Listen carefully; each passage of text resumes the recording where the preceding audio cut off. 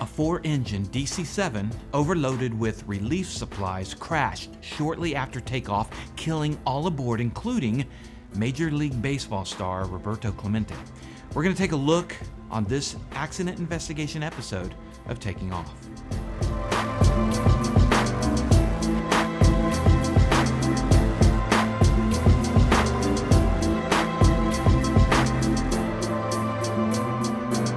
Hi, I'm Dan Milliken, and we're going to look at the tragic crash of a DC-7 on New Year's Eve, 1972 out of Puerto Rico, and find out how and why it happened and what we can take away to make us better pilots and better people. Clemente was a star player for the Pittsburgh Pirates, and in his last game of the season, he had his 3,000th hit. He'd gone to Nicaragua after the season to do some coaching and was at home in Puerto Rico in December when a horrible earthquake hit Nicaragua. Clemente was a key person in getting relief supplies over to the stricken nation, but then he got word that the government was taking his supplies and selling them. Well, Clemente didn't give up. He chartered a plane to take more supplies and decided to go along to make sure the supplies reached the victims. An aircraft operator out of Puerto Rico owned by Arthur Rivera approached Clemente offering the services of his DC-7, and they agreed on a price of about $4,000 upon the return. More about Rivera and his operation shortly. Rivera hired a pilot but couldn't get a co-pilot or flight engineer, which was required for this type of aircraft. So he himself took the co-pilot position. In effect, the pilot was flying this 4-engine plane pretty much by himself. Immediately after takeoff from Isla Verde International Airport, the plane crashed 1.5 miles into the ocean, killing everyone aboard. And before we get into the accident analysis, let's find out a little bit more about who Roberto Clemente was and why he did what he did. He was one of the first wave Latino players in Major League Baseball and was a hero and role model for many Latino fans. To get a better picture, I reached out to Ruperto Prado of the Rupert MLB channel to fill in some of the backstory. It was thanks to him that we have so many amazing Hall of Famers now that are Latinos that represent Hispanic communities all over the world. And by far his greatest legacy was what great of a person he was. While he was not perfect, he was great with kids. He was great with his community. He always wanted to help those that needed the help the most, and the people where he came from who he knew needed more opportunities. He loved signing balls for kids. He loved doing stuff for kids. He loved helping those in need, anything he could do. And his death is a great example of that. He was a great ball player, with his greatest strength probably being that amazing arm at right field, throwing runners out like nobody. He was not the fastest, he was not the strongest, but he gave it all. And one example of that is how many extra bases he was able to get. Like almost over 50% of the time he would try to get that extra base and he got it. He was always out there hustling and playing for his best because he knew he was born to play this game. He said himself he thinks God put him here to play this sport. And like Dan said, he finished his career with 3,000 hits. Not an easy feat. You know what's funny about that is that Roberto Clemente got a lot of bashing for the way he talked. Because of course he was Hispanic. He was raised speaking Spanish just like me. And in the transition of trying to speak English, he would say some funny words like heat instead of hit. And the media would put H-E-E-T in the newspaper. And he felt like it was making fun of him, his language, how he spoke. And I can relate to that because I say stuff like that all the time. I still have a language barrier and I've been living here most of my life. I'm proud of the weird words that come out of my mouth because there's an accent there. There will always be an accent there. And I'm proud to be Latino. And Roberto Clemente was one of the people that opened the doors for us. Thanks, Rupert. Riviera's company was called American Air Express Leasing Company, and he was struggling to make ends meet, living off each deal he could make. The plane was a McDonnell Douglas DC-7. This is a 4-engine transport aircraft that was built for only 5 years, 1953 through 58. It was the last piston engine transport made by Douglas. And one interesting note, there are no examples of this plane in service today, unlike just about every other Douglas creation. 18 cylinders with 3,400 horsepower on each engine. In 1959, Douglas began converting the DC-7s into freight haulers. Airframes were fitted with large cargo doors, and most cabin windows were removed. The max takeoff weight was 143,000 pounds. The company had just gotten the plane to Puerto Rico a month before and had a taxi problem where it went off the taxiway into a concrete drainage ditch, damaging the spinning props, reportedly to the two engines closest to the fuselage, the inboard engines on each side. Now, anyone that has watched this channel knows that I recently had a prop strike on a taxi. Well, I hit mud and I knew to tear down the engine. This was worse. They hit concrete. Clearly a sudden stoppage. Even in 1972, standard procedure was a tear down and examination of the engines affected. Well, an FAA maintenance inspector looked at the propeller shafts and found them within tolerances. Basically, having seen this on my own plane, what you look for is any movement on the propeller plate. It's perpendicular to the crankshaft, and if there's damage to the shaft, it'll show up in a procedure called dialing the crankshaft, as the needle mounted on the flange will show any discrepancy as the crankshaft is turned. And that was cleared by the FAA investigator. Rivera, struggling to keep his company afloat, simply changed out the props. And 29 days later, on Clemente's flight, the plane was flown for the first time after that prop sudden stoppage. Rivera was having problems finding qualified pilots. And by happenstance, a few days earlier, pilot Jerry Hill had watched the plane being loaded, and after another pilot failed to show up, Hill, now in Miami, was hired by Rivera to fly back for this flight. And by all accounts, Hill was a seasoned and experienced pilot. Though one article referred to a checkered past, I couldn't find anything else to corroborate that. So if you know of something, leave a comment below.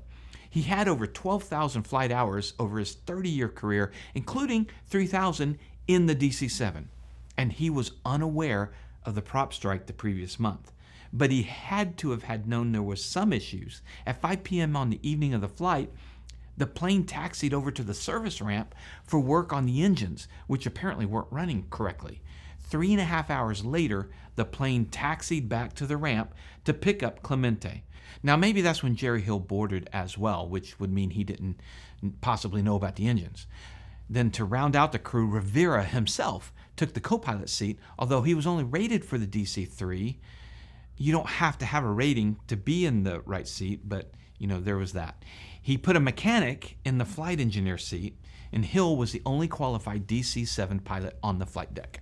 The plane had been loaded, and Clemente and associate Angel Lozano boarded with the flight crew. Total of 5 people. It was after 9 p.m. on a moonless night. The NTSB determined that the plane was about 4,000 pounds overweight. This is from their own calculations. The submitted flight plan had the cargo well under the maximum, but the NTSB found documents indicating that extra fuel for the return trip had been purchased and put on board because the crew knew it would be unlikely they'd be able to refuel in the stricken Nicaragua. Overweight by 4,000 pounds. It sounds like a lot, but actually it was 3%. Based on my research, this is not the smoking gun. And it was loaded by a very qualified loadmaster, so balance was most likely in the green. And the NTSB agrees. They found that while the weight was a factor, it was not the cause. The plane, by eyewitness reports, took an exceptionally long takeoff roll and gained very little altitude. At 2 minutes and 45 seconds into the flight, the plane had turned left, and the pilot told the tower coming back around. One critical note here as well. The plane was probably over maximum landing weight. Now, a pilot in emergency lands anyway. But did Hill try to dump fuel? We'll get to that in a minute. The problem there is that it would have taken 20 or 30 minutes to complete an entire fuel dump out of the DC-7. At 3 minutes into the flight, the plane experienced a catastrophic failure of engine number 2. It's possible engine number 3 was lost as well. Both 2 and 3 are the closest to the fuselage and also contain the hydraulic pumps. With loss of hydraulics and possibly loss of electrical, the pilot was faced with the sudden challenge of ditching in complete darkness. You'd have to be Superman to pull that off in the few seconds that you'd have. 10 to 30 seconds later, it crashed in the ocean. One eyewitness, a mechanic, said that the engines sounded fine on taxi and takeoff, but the plane just climbed very, very slowly. Then he heard 3 backfires and an explosion, which he thought was maybe impact with the ocean. Maybe. Parts of the plane were found and the body of pilot Jerry Hill, but no other bodies were ever found. That an engine failed didn't surprise any experts of the time. That engine, the Wright R3350, had been rushed into wartime production way back in the 40s and was notorious for failing. They found all 4 engines on the ocean floor and found that number 3 had a badly damaged crankshaft, which was not clear if that had happened on impact or not. The NTSB reported that the sumps contained pieces from previous engine repairs, whatever that means. Number 2 was fully feathered, so it had failed during this flight, and the pilot had responded to it. 2 was also internally destroyed. The NTSB concluded that with number 2 failing, and the weight and the aircraft could not maintain altitude in a turn, the pilot could not dump fuel fast enough, they think the pilot was unaware of how low he was because he was not in a water landing configuration. Of course, he was really busy. Maybe he just didn't have time. One scenario is that when the pilot discharged the fuel, going back to that whole dumping the fuel possibility, it could have ignited behind the number 2 engine, which then could have caused that explosion just above the surface of the ocean. At the end, the NTSB's probable cause was failure of engine number 2, loss of power on engine number 3, inadequate maintenance and servicing, uncertified personnel on the crew, and inadequate pre-flight preparation and planning on the pilot. This plane crashed because corners were cut. They were cut in maintenance, they were cut in preparation, in pre-flight planning, they were cut in crew, and that's what I'm going to take away. You know, I'm an impatient type of person. I know that there have been many times in my life that I cut corners. More likely to save time, but occasionally save money. Flying airplanes is no place to cut corners. It's the place to be obsessive compulsive, to dot every I, to cross every T. When I had that prop strike in the mud with Lola, I wanted to just put on a new prop and call it good. When the mechanic put the new prop on, he tested it and the shaft was within tolerances. When I called the FAA FSDO to get a ferry permit, I was told I actually didn't need one. Basically, the plane was good to go. It was airworthy. And for a fleeting second, I thought, But just for a second, I ferried the plane to my mechanic who removed and shipped the engine off for inspection. Which, by the way, the engine was fine. But it was getting old in its life, so I went ahead and did the overhaul. My pocketbook really wishes I had just cut the corner. But I know, deep down, I did the right thing. I can fly the plane now knowing that, beyond a shadow of a doubt, corners were not cut. And that's having confidence in your airplane. What about you? Do you cut corners? Maybe you cut corners in certain areas of your life. Maybe you cut corners in your flying. Let me know in the comments. I'd like to hear from you what corners you might cut. And I appreciate you watching this accident investigation.